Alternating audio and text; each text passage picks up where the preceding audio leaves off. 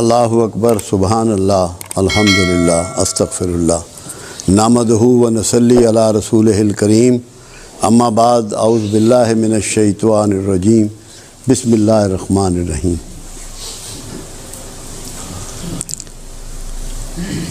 زکریا علیہ السلام کو کہا گیا کہ عمران کی بیٹی حضرت مریم کا خیال رکھا کرو، اس کی دیکھ بھال کیا کرو۔ تو آپ حضرت مریم کے حجرے میں تشریف لے جاتے اور وہاں انواع و اقسام کے بے موسمی کھانے اور پھل اور دیگر چیزیں پاتے۔ تو مریم علیہ السلام سے زکریا علیہ السلام سوال فرماتے کہ مریم یہ سب کچھ کیسے ہوتا ہے، یہ کہاں سے آتا ہے؟ تو مریم فرماتی جو اللہ چاہتا ہے وہ کرتا ہے، جو چاہتا ہے وہ دیتا ہے، جس کو چاہتا ہے اس کو دیتا ہے۔ تو یہ رحمت کا نزول جب وہاں ہو رہا تھا تو زکریا علیہ السلام نے بیٹے کی پیدائش کی دعا اسی مقام پہ کھڑے ہو کے کی جہاں یہ رحمت اللہ کی برس رہی تھی۔ اور یحییٰ علیہ السلام جو پیدا ہوئے، پھر پروردگار عالم نے قرآن میں انہوں نے کہا کہ 3 دن تو بات نہ کر سکے گا، یہ علامت ہوگی اس بات کی کہ تیری دعا قبول ہو گئی۔ جب آپ کو کسی جگہ کی بھی یہ کنفرمیشن مل جائے کہ یہاں رحمت کا نزول ہوتا ہے، یہاں رحمت برستی ہے، آپ کا دل اس کی گواہی دے دے، وہی مقام دعا ہوتا ہے۔ اگر آپ یہاں آتے ہیں اور اس وہمے کے ساتھ آتے ہیں کہ یہاں رحمت اور برکت کا نزول نہیں ہے تو کوئی دعا نہ کرے۔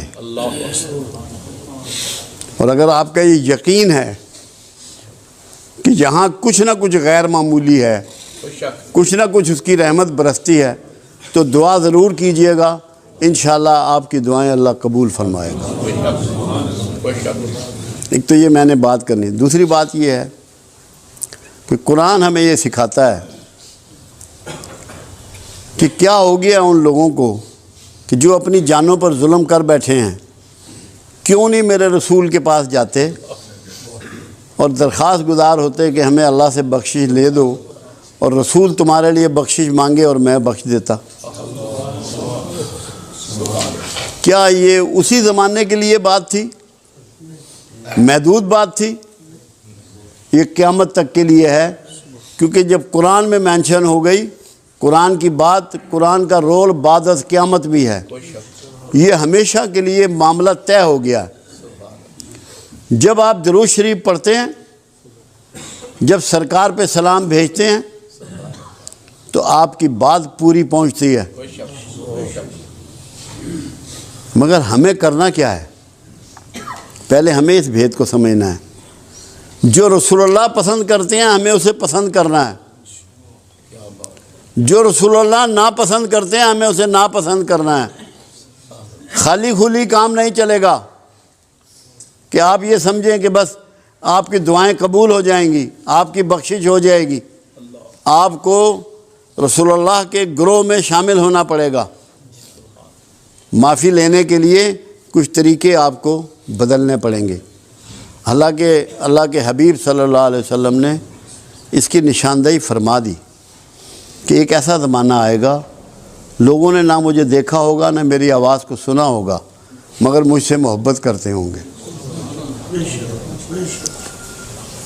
خوش نصیب ہے وہ شخص جس کے سینے میں کملی والے کی محبت جو ہے وہ جاگ جائے، پیدا ہو جائے۔ یہ اللہ کی مہر کے بغیر نہیں ہو سکتی، یہ ممکن نہیں ہے۔ تو جب اللہ یہ مہر کر دے اور یہ پیدا ہو جائے تو اس کا مطلب یہ ہے کہ بات جو ہے وہ بن جانی ہے۔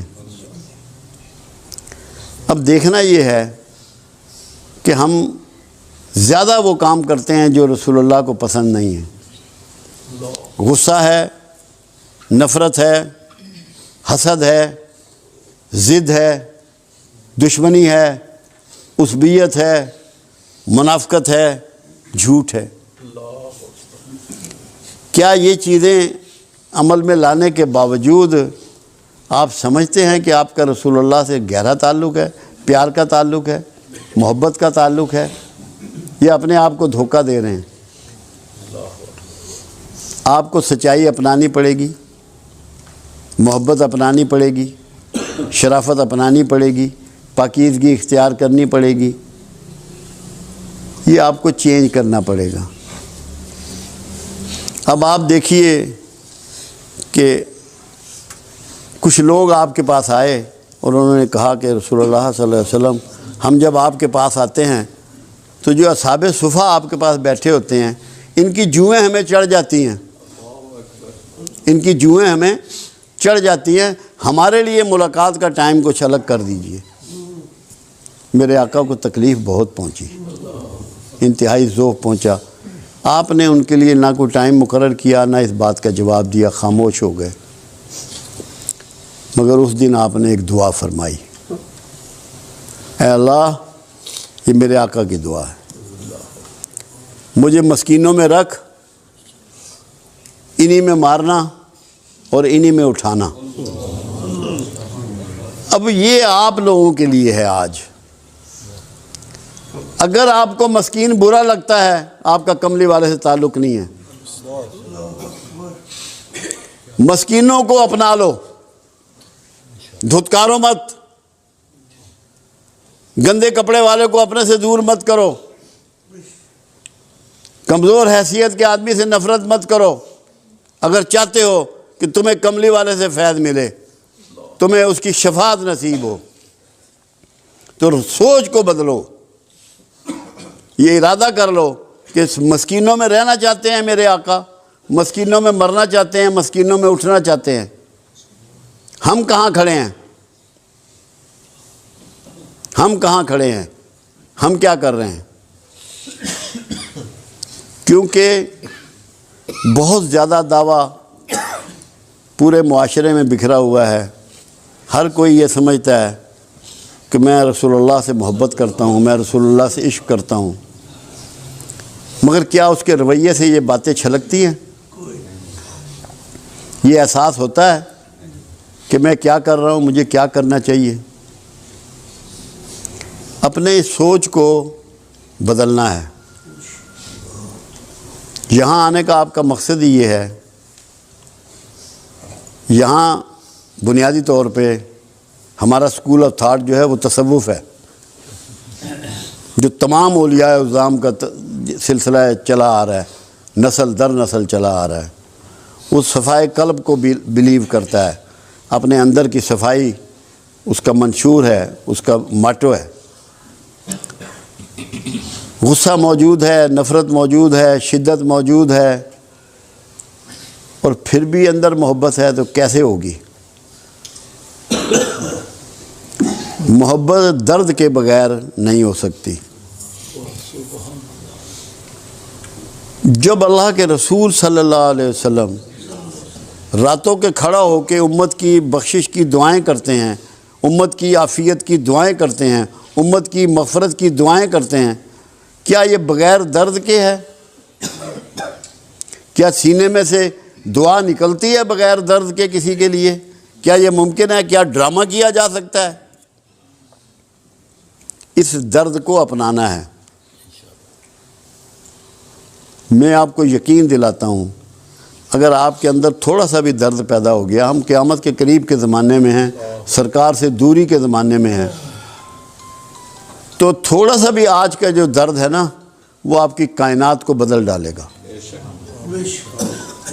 اس کی ابتدا آپ نے اس طرح کرنی ہے کہ آج سے، ابھی سے مسکینوں کو چھاتی سے لگانا ہے، اور اس لیے لگانا ہے کہ یہ آقا کی پسند ہے۔ مسکین سرکار کی پسند ہے، جو سرکار کی پسند ہے وہ میری پسند ہے، یہ بنا لینا ہے اس کو۔ اگر یہ بن گیا، باخدا آپ سب کامیاب ہو جاؤ گے۔ میں اللہ کو گواہ کر کے کہہ رہا ہوں کہ آپ کامیاب ہو جاؤ۔ میں یہی تڑپتا رہتا ہوں، یہی سوچتا رہتا ہوں، دن میں بھی یہی غور کرتا رہتا ہوں کہ کس طریقے سے، دیکھیں آج سے 40 سال پیچھے جائیں، 50 سال پیچھے جائیں، ہمارے پاس اسباب بہت کم تھے، کسی کے پاس اسباب نہیں تھے اتنے، ہم سب ایک جیسے حالات کے لوگ ہیں، مگر وقت کے ساتھ ساتھ اسباب بہت بڑھ گئے، مگر اخلاق بہت گر گیا، ہم گھاٹے کے سوداگر ہو گئے، ہم گھاٹے کے سوداگر ہو گئے، کیونکہ اخلاق ہم نے کھو دیا، سامان ہم نے پا لیا۔ اللہ کے رسول نے سامان کو دھتکار دیا، پیوند والے کپڑے پہنے، گانٹھ مار کے جوتے پہنے، فاقے کیے، پیٹ پہ پتھر باندھے۔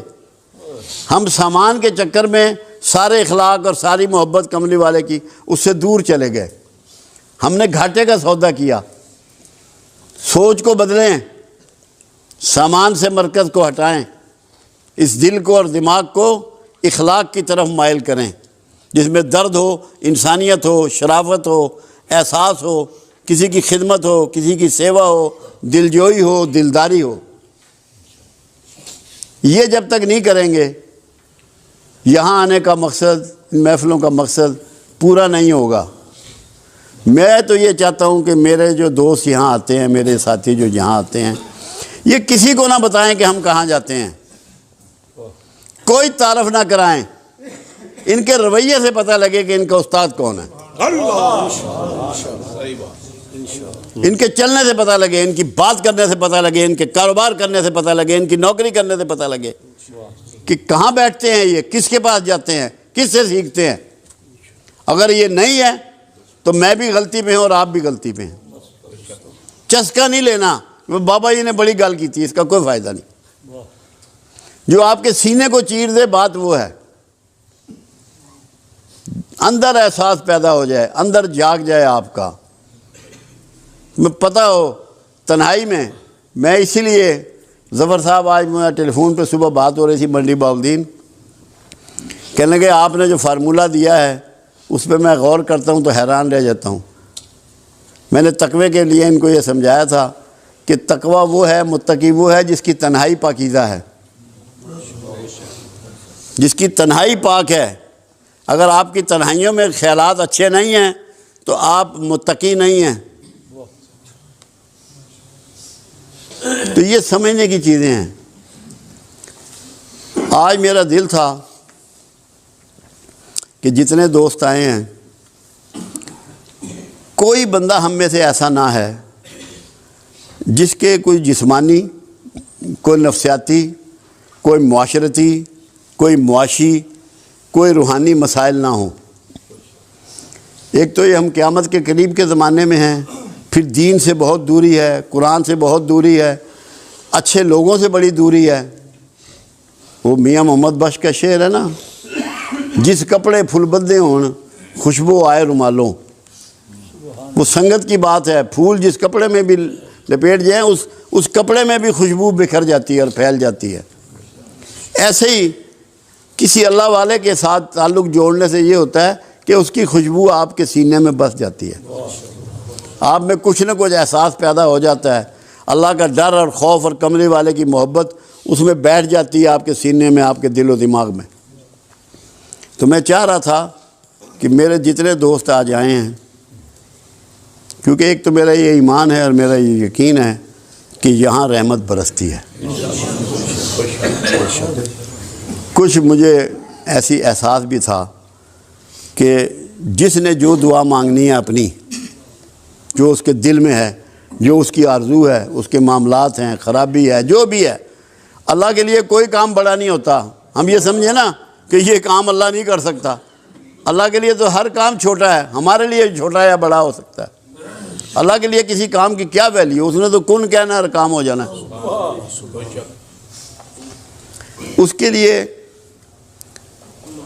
میرے ذہن میں آج یہ تھا کہ دعا کریں گے اکٹھے، اور جس جس کے دل میں جو جو آرزو ہے وہ اس کے لیے اپنی دعا مانگ لے گا۔